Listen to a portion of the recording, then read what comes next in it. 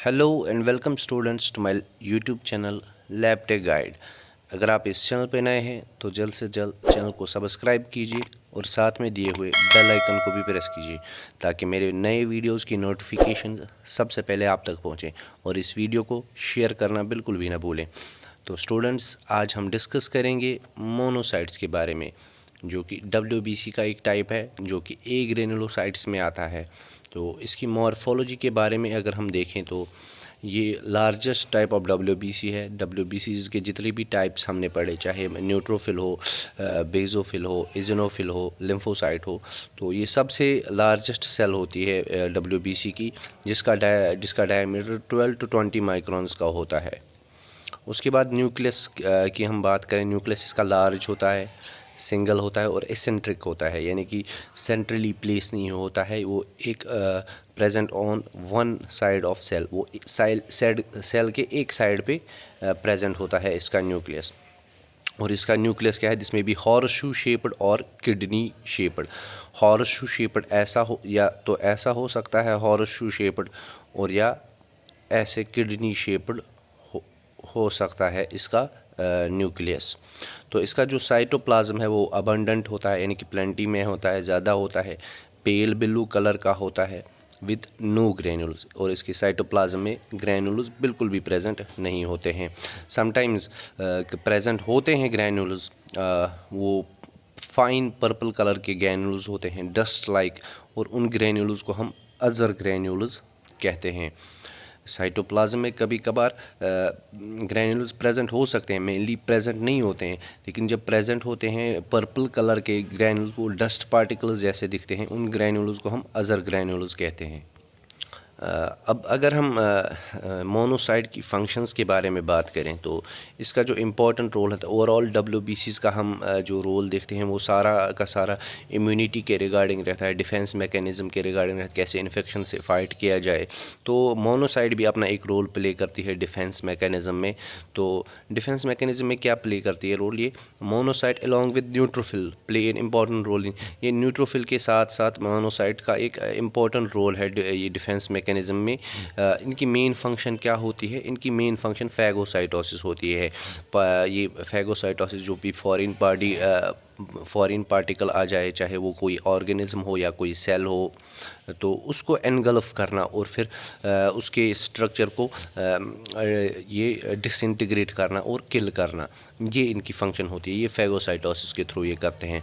और उसके बाद मोनोसाइटोसिस जब टिश्यू में एंटर होती है तो इसको मैक्रोफेज बन जाती है। मैक्रोफेज क्या होता है, जो सेल्स और माइक्रोब्स को किल करता है और जो डेड सेल्स को रिमूव करता है, ठीक है। और इसकी एबिलिटी क्या होती है, ये लार्ज सेल्स को भी एनगल्फ करती है, क्योंकि इसका लार्ज साइज़ होता है मोनोसाइट का, तो ये लार्ज सेल्स को भी एनगल्फ इजीली कर लेती है, जैसे कि आरबीसीज़ को एनगल्फ कर लेती है, या मलेरियन पैरासाइट की जो सेल्स होती हैं उनको भी ये एनगल्फ कर लेती हैं। ये फंक्शन है डिफेंस मैकेनिज़्म की। ये सारा प्रोसेस थ्रू फैगोसाइटोसिस होता है, इनका अपने अंदर एनगल्फ करना। तो रोल दूसरा इसका क्या होता है, इसकी फंक्शन क्या है, रोल इन ट्यूमर इम्यूनिटी, ठीक है। ये कभी कभार ट्यूमर सेल्स जो होती हैं, चाहे वो B9 हो या मैलिग्नेंट हो, तो ये उनको रिकॉग्नाइज कौन करता है, जैसे कि पहले हमने पढ़ा था लिम्फोसाइट्स उनको रिकॉग्नाइज करती हैं। लिम्फोसाइट की रिकॉग्निशन के बाद जो मोनोसाइट्स हैं ये उन सेल्स को, ट्यूमर सेल्स को किल करता है, ठीक है, या उनकी ग्रोथ रिटार्ड कर देता है या किल कर देता है। और सिंथेसिस ऑफ बायोलॉजिकल सब्सटेंसेस में भी ये बहुत सारे सब्सटेंसेस सिंथेसाइज करने में ये हेल्प करती हैं, कौन, मोनोसाइट्स, ठीक है बच्चों। अब अगर हम इनके काउंट की वेरिएशंस के बारे में बात करें तो वो दो तरह की होती है। एक तो मोनोसाइटोसिस होती है और दूसरा मोनोसाइटोपिनिया होता है। जैसे कि हम पहले भी जान चुके हैं, मोनोसाइटोसिस का मतलब rise in the monocyte count का नॉर्मल रेंज से ज़्यादा हो जाना, उस कंडीशन को हम मोनोसाइटोसिस कहते हैं। ये कैसे हम जानते हैं, जब हम डिफरेंशियल ल्यूकोसाइट करते हैं, DLC करते हैं पेशेंट के ब्लड का, तो उसमें हमें जब मोनोसाइट्स का काउंट रेज आता है तो उस कंडीशन को हम मोनोसाइटोसिस कहते हैं। तो मोनोसाइटोसिस किन वजह से हो जाती है, यानी कि मोनोसाइट्स का काउंट ब्लड में क्यों इंक्रीज़ होता है, उसके सर्टेन ये रीज़न्स हैं। बैक्टीरियल इन्फेक्शंस हो सकती हैं, जैसे कि ट्यूबरकुलोसिस हो गई या साइफिल्स हो गया, तो इनकी वजह से मोनोसाइट्स का काउंट ब्लड में रेज़ हो जाता है। या ग्लैंडुलर फीवर हो गया, ये ग्लैंडुलर फीवर ये हम आगे पढ़ेंगे इसके बारे में, लेकिन हम ये जानेंगे कि ये मोस्टली ज़्यादातर टीन एजर्स और अडल्ट्स पे इफ़ेक्ट करता है ये ग्लैंडुलर फीवर, क्योंकि ये ग्लैंड्स के मोस्टली सलाइवा के एक्सचेंज से ये ग्लैंडुलर फीवर बढ़ता है। जैसे कि ड्रिंक्स शेयर करने से अगर एक ही गिलास से कोई चीज़ पानी या कोई ड्रिंक शेयर की जाए तो उसमें सलाइवा के ये रहते हैं कंटेमिनेंट्स, तो वो शेयर हो जाते हैं। या किसिंग से जो अडल्ट्स और टीन एजर्स हैं उनमें शेयर हो जाता है ये ग्लैंडुलर फीवर उसकी वजह से। और ग्लैंडुलर फीवर एक रीज़न है मोनोसाइटोसिस का। और दूसरा एक रीज़न है इसका वायरल इन्फेक्शंस जितनी भी होती हैं, चाहे इन्फ्लुएंजा हम उनमें गिने तो उसकी वजह, और प्रोटोजोअल इन्फेक्शंस लाइक मलेरिया और कालाजार, तो इनकी वजह से मोनोसाइट्स का काउंट रेज़ हो जाता है। ठीक है बच्चों। और उसके बाद मोनोसाइटोपिनिया क्या होता है? ये दूसरी कंडीशन होती है जिसमें मोनोसाइट्स का काउंट ब्लड में नॉर्मल रेंज से डिक्रीज़ हो जाता है।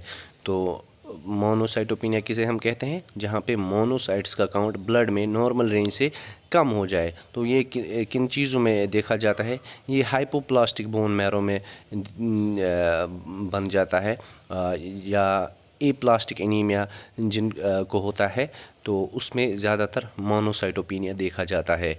तो आज के इस क्लास में हमने मोनोसाइट्स के बारे में जाना, उनकी मॉर्फोलॉजी के बारे में जाना, न्यूक्लियस का साइज़ कैसा होता है, पोजीशन कैसी होती है, या उसके साइटोप्लाज्म के और उसकी फंक्शंस के बारे में जाना, और अब इनके काउंट के वेरिएशंस के बारे में हमने जाना। तो यहाँ पे ये आज WBCs की जो डिफरेंशियल ल्यूकोसाइट काउंट की मॉर्फोलॉजी है वो आज इस क्लास में ख़त्म होती है। तो आज के बाद हम कल से नया कोई टॉपिक शुरू करेंगे। तो अब ज़्यादा से ज़्यादा आप इस वीडियो को शेयर करें अपने दोस्तों के साथ, और ये इम्पोर्टेंट इन्फॉर्मेशन अबाउट WBCs उनके साथ शेयर करें ताकि वो भी कुछ नए फैक्ट्स जान पाए।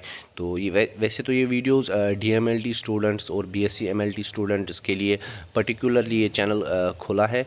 तो लेकिन जो एनाटॉमी फिजियोलॉजी का सिलेबस होता है ये बेसिकली हर किसी में होता है, चाहे वो OT ब्रांच का हो, BSc OT कर रहा हो, या डिप्लोमा OT, या नर्सिस GNM BSc नर्सिंग या FM PHW, ये सबों का ये एनाटॉमी फिजियोलॉजी का सेम आता है, क्योंकि ब्लड हर एक को पढ़ना पड़ता है। तो इसके बारे में अब आगे हम कोई और नया टॉपिक उठाएंगे एनाटॉमी फिजियोलॉजी से ही। तो आज के वीडियो में बस इतना ही। तो ज़्यादा से ज़्यादा इस वीडियो को शेयर करें ताकि सब के पास ये पहुँचे। Thank you.